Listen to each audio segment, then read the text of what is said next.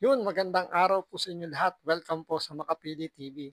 Sa wakas po, gumalaw na po ang baso ng Supreme Court para aksyonan po yung reklamo ni Vice President Sara Duterte tungkol po sa legality nga po ng impeachment complaint na nakain ngayon sa Senado. Ngayon, pinasasagot po yung House of Representatives para linawin kung ano ba yung nangyari dun sa mga inireklamo ni Vice President Sara Duterte. So ito, panoorin po natin itong reaksyon ni Banat Bay dito sa pagsagot po ng Korte Suprema sa impeachment ni Vice President Sara Duterte.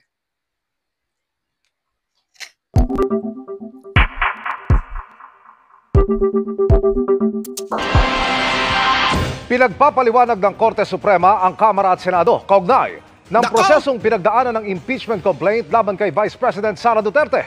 Kabilang sa mga gustong linawin ng Korte ang tila pagkaantala sa pag-transmit ng naunang tatlong impeachment complaint sa House Speaker. Nakatutok si Tina Panganiban Perez. Ang gustong malaman ng Korte Suprema sa utos Ngayon na naman yung nanginginig. Gusto kong malaman ng kontra. Si Lola Basyang ba ito? Reply mo na yung news! Nabibiting kami sa mga kwento mo! Hindi, tatagalan ko nga. Hindi, tuloy. nito sa Kamara at Senado, ano na raw ang nangyari sa unang tatlong impeachment complaint Yun. laban kay Vice Ayan, pinapa-explain sa kanila. Status of the first three complaint. Ano nangyari doon? Pangalawa, yung exact date. Naku po, patay kayo. Akala ninyo makakalusot kayo sa Supreme Court. President Sara Duterte. At saka dito naka-itemize talaga yung kailangan ng Supreme Court, hindi in general na sasagutin lang kung ano yung status ng impeachment complaint. Talagang from the start talaga na kung kailan ipinasa ng mga tukmol yung impeachment complaint at yung mga exact date nun. Sara Duterte. Gusto rin malaman ng kataas-taasang hukuman ang eksaktong petsa kung kailan inendorso ng mga miyembro ng Kamara ang mga impeachment complaint at kung ilang session. Yan ang problema. Gustong malaman ng Supreme Court kung kailan in-endorse. Ang ibig sabihin, kasi di ba pag ang complaint pwede manggaling sa ordinary citizen. Tapos may isang congressman dapat na mag-endorse. Ang alam ko naalala ko meron mga nag-endorse yung mga makakaliwa. Di ba? Nagmagaling kasi yung mga makakaliwa. Gumagalaw kasi yung mga yan, may sariling mundo yung mga animal na yan eh. So gumalaw sila ng sarili na walang kumpas nung amo nila. Ayan tuloy na preempt. So hindi tinuloy. So malalaman ngayon ng Supreme Court yan. 'Di ba in-endorse ng isa sa mga kasi magiging legit 'yun pag in-endorse eh. Legit na 'yun. Tapos may receive, 'di ba? May tatanggap 'yun ng yung kanila Secretary General, Secretary General, tatatakan 'yun, receive. Nandun yung congressman nag-represent doon sa filing. Naku po, patay kayo.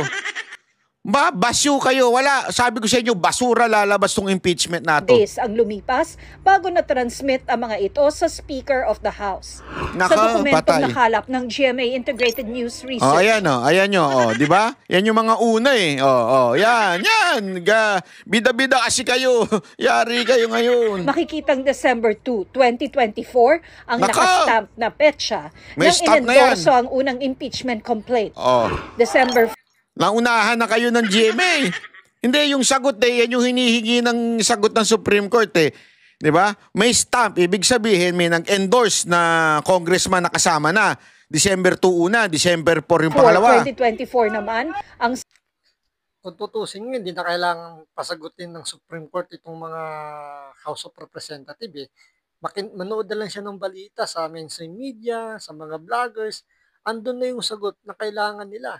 Tulad niya, December 2 yung una, pero naipasa nila yan February. So, ano nangyari dun sa naunang tatlo? Yun yung tinatanong ng Korte Suprema. ang second complaint at December 19 naman ang ikatlong complaint. Nakaw! Pero hindi na gumalaw ang mga ito matapos. Yun ang problema, bakit di gumalaw? Patay kayo dyan. Ipit kayo ngayon sa ginawa ninyo. Bakit di nyo pinatulog nyo?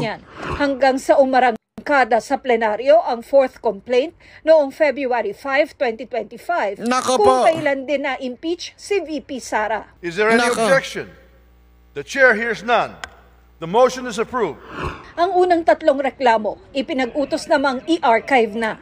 Hinihingi rin ng Korte Suprema ang tugon ng Kamara kung may kapangyarihan ba ang Secretary General ng Kamara na magdesisyon kung kailan itatransmit sa Speaker ang Nako po.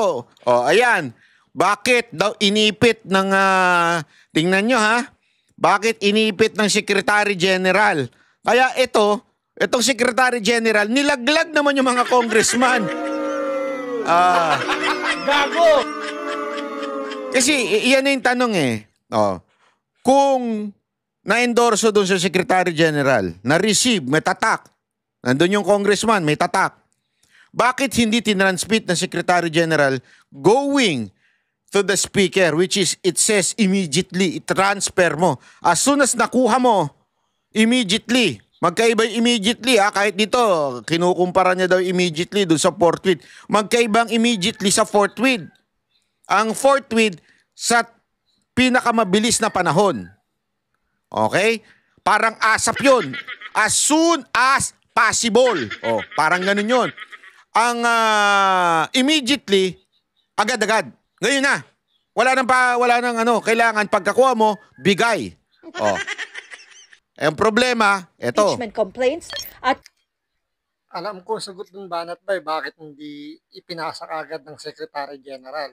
Kasi nakita niya yung mga nagsampa ng impeachment nung una, yung mga tukumol, mga mahihina, yung mga pulpul ba, puro basura yung mga nakasulat doon sa impeachment complaint. Kaya binasura niya, kumbaga itinengga niya. Siguro nabulungan siya ng medyo may alam at nakitang walang kakwenta-kwenta yung impeachment complaint. Ang kaya ang sinabi, itenga mo muna. Magantay pa tayo ng ibang, baka may mag-file na mas matalino pa sa mga tukmol na yan. Yun yung gamitin natin na, ang impeach kay Vice President Sara Duterte. Ang problema, yung sumunod na nag-file, isa rin tukmol. Puro kapulpulan din, kinopya lang yung ipinasa nung mga naunang simpatizer ng NPA.